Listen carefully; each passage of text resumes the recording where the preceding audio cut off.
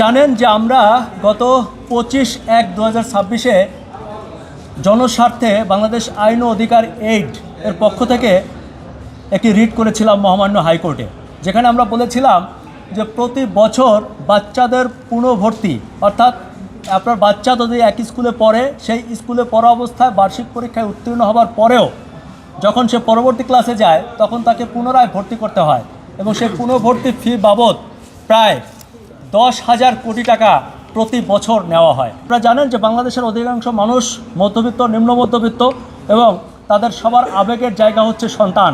আর এই সন্তানকে মানুষ করতে গিয়ে এভাবে শুধু ভর্তি ফি না, পুনর্ভর্তি ফি না, শুধু এই যে ফিগুলো বাদেও এছাড়াও উন্নয়ন ফি, বিল্ডিং ফি, এসি ফি, ফ্যান ফি, রিলেশন ফি এবং অনেক ফি আছে যেটা বাচ্চাদের উপর বর্তায় না, স্কাউট ফি, লাইব্রেরি ফি, যেগুলোর কোনো কার্যকারিতা নাই।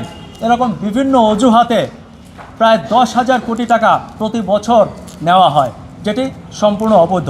সেটি বন্ধ করার জন্য আমরা মহামান্য হাইকোর্টে রিট করেছিলাম।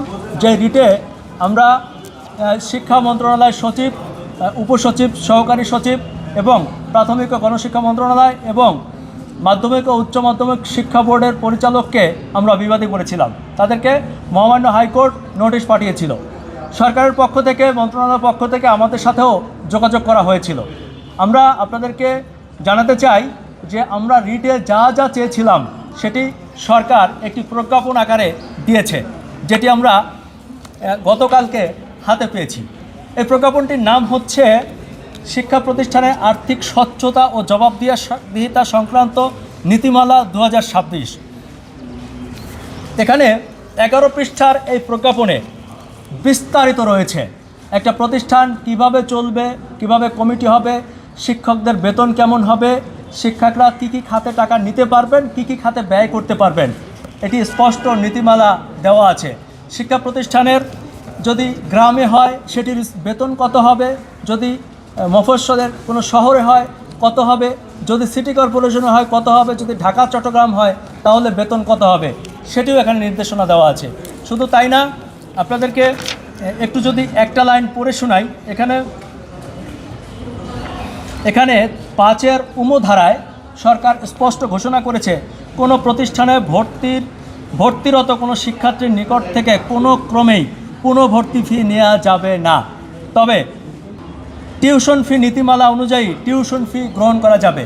এই টিউশন ফি বলতে বোঝানো হয়েছে প্রতি মাসে আমরা যে বেতনটি দেই। আমাকে অনেকে বলছেন যে এই যে সরকার স্বচ্ছতা জবাবদিহিতা একটা নীতিমালা করলো, এটি কি সবাই মানবে? সরকারও সেটি ধারণা করেছিল যে এটি সবাই মানবে কি মানবে না, যার কারণে ভিতরে আরও কিছু কঠোর নিষেধাজ্ঞা দেওয়া আছে। এই রিটে স্পষ্ট উল্লেখ করা আছে এই নীতিমালা কেউ যদি না মানে, কোনো প্রতিষ্ঠান না মানে, তাহলে প্রধান শিক্ষককে বরখাস্ত করা হবে এবং এই বিভিন্ন অজুহাতে ফির সাথে যারা জড়িত প্রত্যেককে জবাবদিহিতার আওতায় আনা হবে এবং আইনগত ব্যবস্থা গ্রহণ করা হবে। এটি একটি কঠোর নির্দেশনা।